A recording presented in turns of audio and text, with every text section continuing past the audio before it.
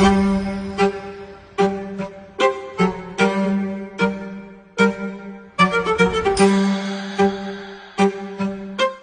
климаттык өзгөрүүлөр Кыргызстанга да өз таасирин тийгизүүдө.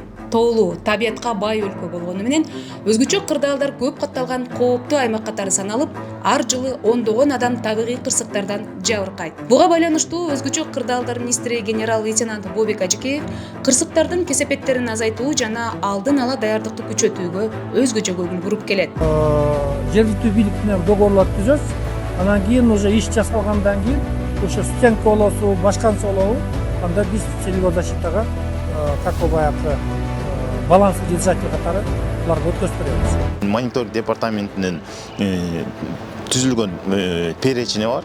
Ошол быйылкы жылга 876 объект кооптуу деп табылган болсо, ошолордун ичинен эң приоритеттүүлүгүндө биринчи кезекте иш алып баруу болуп саналган объектилерди биз планга киргизип, жыйынтыктап, анан кооптуулукту жойгонго иш алып барабыз. Өзгөчө кырдаалдар министрлиги 2025-жылы 11 айда 56 объектте сел жана суу ташкындарынан коргоочу курулмаларды куруу, жээктерди бекемдөө жумуштарын аткарды.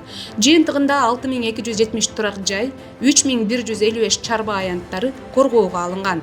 Ал эми атай алдын алуу жана кесепеттерин жоюу боюнча 238 объект пландалса, бүгүнкү күндө 240 объектиде жумуш жүргүзүлүп, план 108%га аткарылды.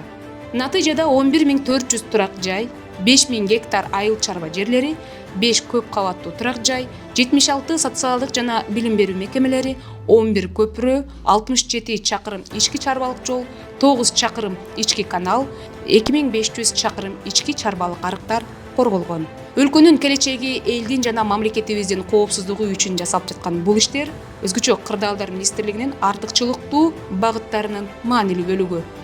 Мекеменин техникалык базасынын улам барган сайын чыңдалуусу кырсыктардын тобокелдигин азайтууга өтө чоң салым кошмокчу. Бүгүнкү күндө өзгөчө кырдаалдардын министрлигинде өзүңүздөр билесиздер, бир топ атайын техникалар, оор техникалар жана башка техникалар жаңыланып, биздин иш алып барууга өтө чоң бир жакшы жактары билинип сезилип турат.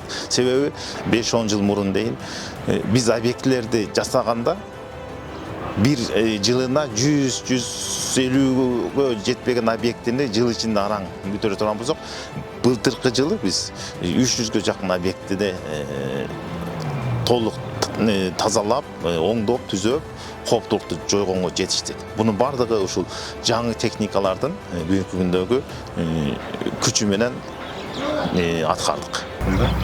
2011-жылы 600 метрге оң канаты жасалган болсо, 2013 жылдан бери сол канаты ишке ашпай келген. Быйылкы жылы толугу ошо өзгөчө кырдаал министрлигине аткарылып, бул жерде жалпысын алганда 47 жаңы турак үйүн, бир мечитти косот. Андан сырткары негизги маанилүү болгон Ош Баткен-Исфана жолунун көпүрөнү көрүп турасыздар. Ошо көпүрөнү да коргоп берет да. Былтыркы жылда ошо биздин Ноокат району боюнча 3 көпүрө чоң эл аралык маанилүүгө жолдоо көпүрөлөрдү сыйлалып, бир аз каттамдарга бизге тоскоолдук жаткан. Ошол максатты дагы бизге көйгөй болуп келген. Бүгүнкү күндө 80%га бул тамак курулушу өзгөчө кырдаалдар министрлигинин ишке ашып калды. Өзгөчө кырдаалдар министрлигинин жетекчилерине кайрылып, ошолордун жардамы менен биздин айылга азыркы күндө аябай чоң ошол Ачы сайынын узундугу 20 километр, ошодон келген селдерге туруштук бере турган көпүрө курулуп жатат. Көпүрө салып берген үчүн элдин атынан, өзүмдүн атымдан жана баштагы айыл өкмөтүнүн атынан Айтсак, 2025-жылдын 11 айында республика боюнча 3950 табигый кырсык катталса, алардын ичинен 83 сел, 22 суу каптоо, 9 жер көчкү, 7 таш колоо жана башка табигый кырсыктар катталган. Кырсыктардын алдын алуу ар бирибиздин жоопкерчилигибиз. Коопсуздук эрежелерин туура сактап, ар дайым даярдыкта болуу менен биз көптөгөн жоготуулардан сактана алабыз.